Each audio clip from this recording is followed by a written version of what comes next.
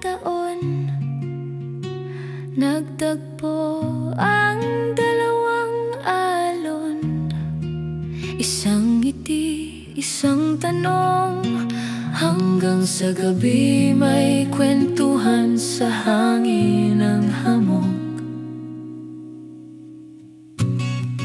Araw-araw, gabi-gabi, ang usapan ay naging sandali na di may paliwanag, parang tadhanang naglakbay.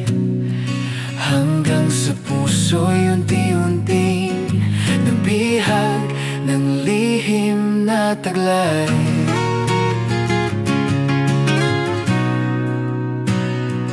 Ngunit dumating din ang panahon na tahimik na lamang ang kahapon. Bawat isa'y may sariling landas, mga pangako'y unti-unting naglaho sa ulap. Lumipas ang buwan, taon at alaala, hangin na lang ang nagdadala. Ngunit sa isang pagtitipon ng tadhana, muling nagtagpo ang dalawa. Nagkamustahan, nagbalitaan, ngiti sa labi, walang alinlangan. Hanggang sa muling naging magkaibigan, parang kahapon ay di pa lumisan. Sumubok ng mga bagong daan,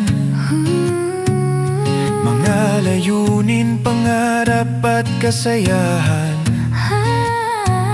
Ngunit muli humati ang daan, at tinawag ng panahon kanya-kanyang hantungan. Ngunit sadyang kakaiba ang tadhana, hindi natatapos sa isang pahina.